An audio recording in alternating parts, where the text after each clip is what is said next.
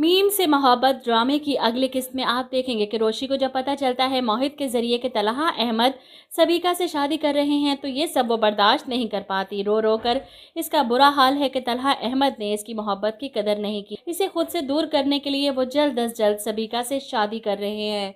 वहीं आबिद अंकल भी आखिरकार तलहा अहमद की जिद के आगे हार मान जाते हैं, लेकिन मोहित नहीं मानता तो वो बड़े प्यार से इसे समझाते हैं कि तुम्हारे बाबा ने भी तुम्हारी माँ से अपनी पसंद की शादी की थी, तो तुम्हारे पा भी तो, इनको भी तो हक है ना कि वो अपनी पसंद की शादी करें सबीका आंटी से।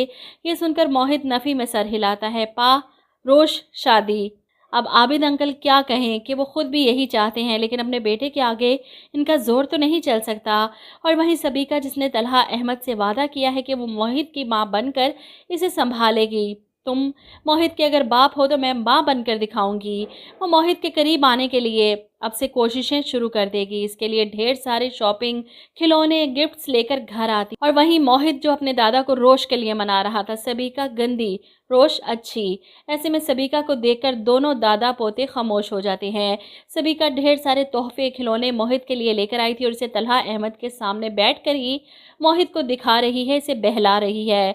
और तलहा भी सबीका का ये बदला हुआ अंदाज देखकर खुश है। वहीं दूसरी तरफ शारिक अरसलान अपनी माँ से कहता है क्या बना रिश्ते का, जिस पर वो कहती है अभी तो फिलहाल इन लोगों ने सोचने के लिए वक्त मांगा, लेकिन मुझे कुछ खास एक्साइटेड नहीं लगे वो लोग इस रिश्ते के लिए। मुझे नहीं लगता कि शायद वो इंटरेस्टेड हैं। तो इस पर शारिक अरसलान अपनी माँ के सामने जिद करता है कि मुझे हर हाल में रोशी से शादी करनी है। आप इनसे दोबारा बात करें, फिर जाएं दोबारा रिश्ते की बात करने। इन पर जोर डालें कि हम जल्द अज जल्द शादी करना चाहते हैं। आप बाबा का बहाना बनाएं कि आपने बाबा के पास कुवैत जाना है, इसलिए आप मेरी शादी करके यहाँ से जाना चाहती हैं। शारिक अरसलान की माँ अपने बेटे की बात मानते हुए एक बार फिर से रिश्ते की बात करने रोशी के घर जाती हैं। और वहीं इस बात पर सब घर वाले इकट्ठे थे। रोशी की मर्जी पूछी जाती है तो वो हाँ कह देती है सबके सामने। इसकी बात सुनकर माही को बड़ी हैरत होती है। वो रोशी से कहती है ये सब तुमने क्यों कहा? तुम तो सर तलहा को पसंद करती थी ना। मुझे लगा था ये रिश्ता आएगा तो तुम इनकार कर दोगी, हंगामा खड़ा कर दोगी, लड़ोगी सब घर वालों से, लेकिन तुम तो इतनी आसानी से मान गई। जिस पर रोशी रोते हुए पहली बार माही के सामने अपने दिल की हालत बताती है कि मैं तलहा अहमद से अपनी मोहब्बत का इजहार कर आई थी, लेकिन इन्होंने मुझे रिजेक्ट कर दिया। अपनी इज्जत नफ्स और सेल्फ रिस्पेक्ट, वकार सब तलहा अहमद के सामने गवा आई हूँ। अब अगर इन्होंने ये शादी ना की तो मैं पूरी ज़िंदगी अपनी नज़रों में गिरी रहूँगी। माही प्लीज़ मेरी हेल्प करो, मेरा साथ दो।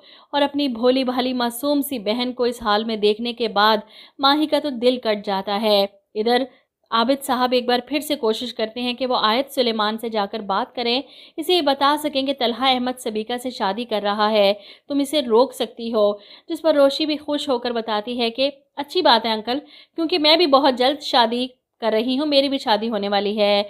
अब मोहित, मेरी शादी पर आप और मोहित ज़रूर आइएगा, हो सके तो तलहा सर को भी ले आइएगा। अब इसी शादी पर वो सीन होने वाला है जिसका सबको बेसब्री से इंतज़ार है। जब शारिक अरसलान को देखकर तलहा अहमद गुस्से से खोल जाएगा कि ये आयत सुलेमान से शादी करेगा, ये तो 2 नंबर लड़का है और आयत को भी नहीं पता कि इसका होने वाला शौहर कौन है। यहाँ पर हंगामा खड़ा होगा और फिर आखिरकार रोशी की शादी तलहा अहमद से कर दी जाएगी।